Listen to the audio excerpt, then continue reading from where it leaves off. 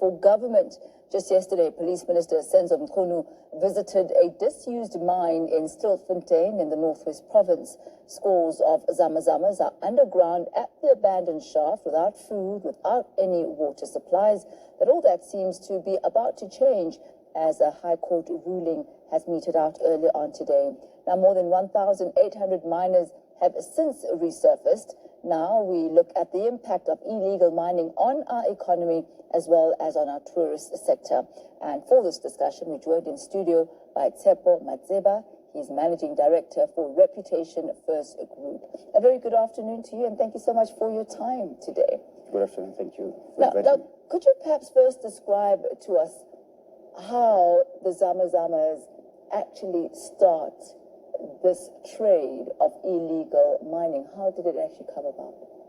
No, I think our intent should not to invest energy on how the Zamazamas actually started. It's the companies that have spent years mining different areas of South Africa, leveraging the resources of the country and the minerals, and not closing shop properly when they do so, or rehabilitating the sites so that the impact on communities is not adverse. The reason why there's illegal activity is not necessarily because someone crafted a proposition to go and perform illegal activities. It's because an environment has been created where they are being enabled to conduct illegal activity and do so consistently.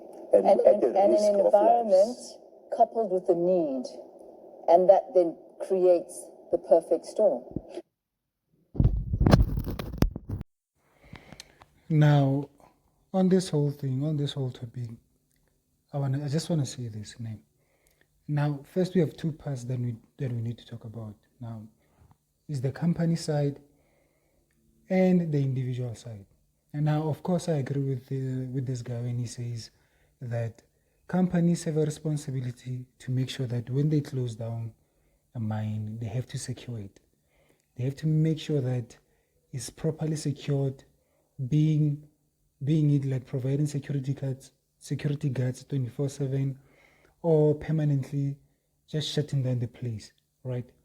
Now, the second part is a personal responsibility where these criminals need to be held to accountable to the fullest level of the law, right? We can, as an individual, and keep in mind that all these people who are performing all these illegal activities as far as mining, they are grown folks. They are grown folks who know exactly what they're doing, right? And there is no excuse for them. You can't blame poverty for this one. We can't come to me and say that, oh, people are doing this because of poverty. There are a lot of people who are going through poverty, right? And you don't see them performing any illegal activities. There are a lot of people who are going through poverty and they are law-abiding citizens. And you have to respect that. These people are doing it because they're making a choice to commit a crime. And then they need to be held to the fullest level of the law. We can't have grown folks who know exactly what they're doing as far as committing a crime, and they know exactly how this impacts the country.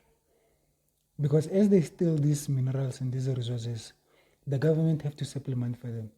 And the way the government supplement for them is by increasing tax, is by increasing gas or petrol, is by increasing grocery prices. And guess who this affects? This affects us, normal African citizens, South African citizens. And we pay for the crimes of grown folks who know exactly what they're doing. And I know it's easy to blame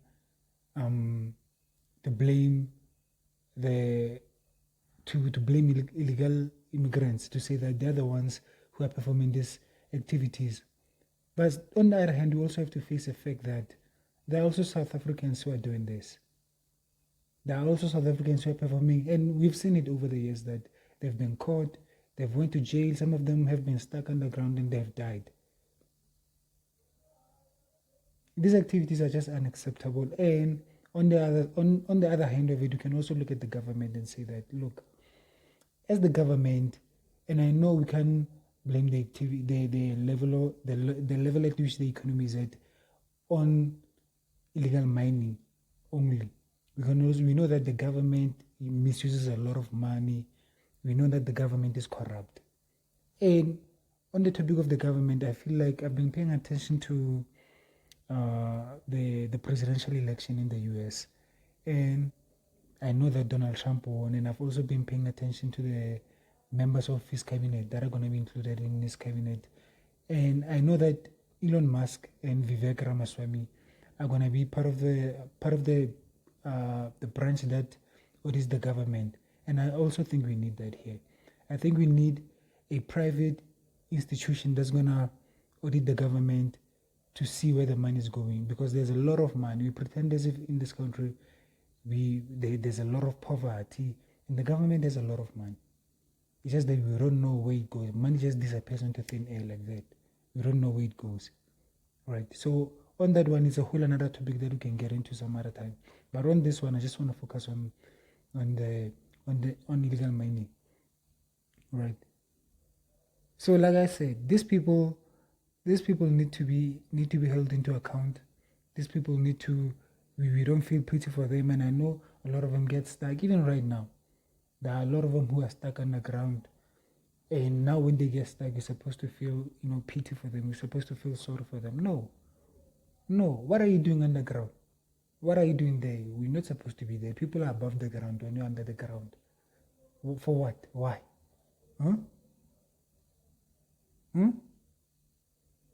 It's not like once you get the money, you don't share it with us. Not that I want illegal money. No, I want money that is obtained the right way, man.